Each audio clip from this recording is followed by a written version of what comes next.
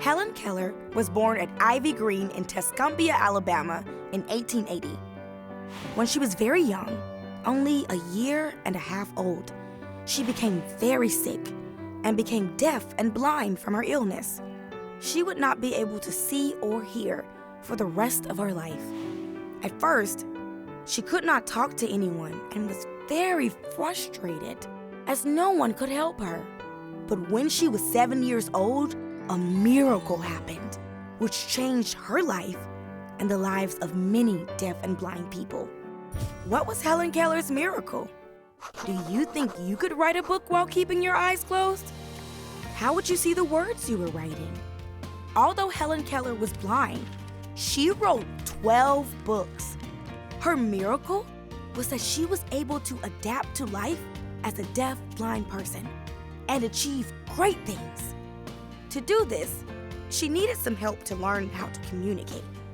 She learned to speak. When Helen was a child, she was not able to communicate with anyone. But when she turned 7 years old, a teacher named Anne Sullivan came to live with her at Ivy Green. Anne worked hard to try and help Helen learn ways to communicate. But it was not easy, and Helen would become frustrated. Once, Helen was so upset that she locked Anne in her room with this key.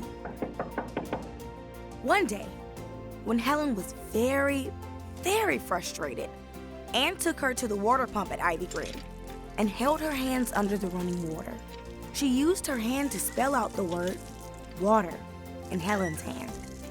Suddenly, Helen understood that the letters Anne was spelling in her hand meant water. By the end of that day, Helen had learned 30 more words. Helen was finally able to communicate with other people. This would help her do many great things during her life. She attended college. Helen studied very hard and used fingerspelling and reading Braille to help her learn many things. Braille is a series of raised dots on paper, which stands for letters.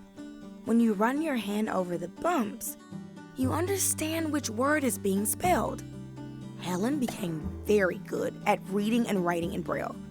She even had a Braille typewriter, which is a machine that creates Braille. And Braille typewriters are still used today. She studied hard in school and decided to go to college. In the year 1900, deaf and blind people were not allowed to go to college. But she was determined, and because her grades were so high, she was admitted to Radcliffe College and became the first deaf-blind person to earn a college degree. She started working for the American Federation for the Blind and traveled all over the world, speaking on behalf of persons with disabilities. During her life, she visited 39 countries and met 12 United States presidents. Her belief that all people should be treated equally, combined with her hard work, helped make life better for deaf and blind people. She inspired many. Today, many people come to Ivy Green to remember Helen Keller and follow her example. That if you work hard and you do your best, anything is possible.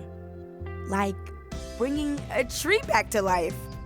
There was a tree at Ivy Green called the Helen Keller Oak that Helen and Anne Sullivan used to play in.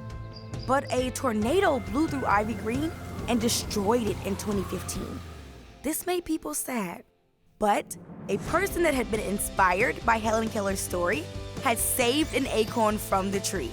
And in 2016, a group of second graders planted it near the original tree.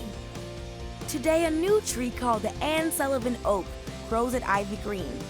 It's another miracle inspired by Helen Keller's miraculous life. People all over the world continue to be inspired by her achievements.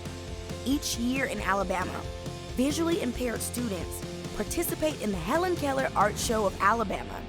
It is quite an honor to have your art chosen for the show, and the artworks the students produce are miraculous.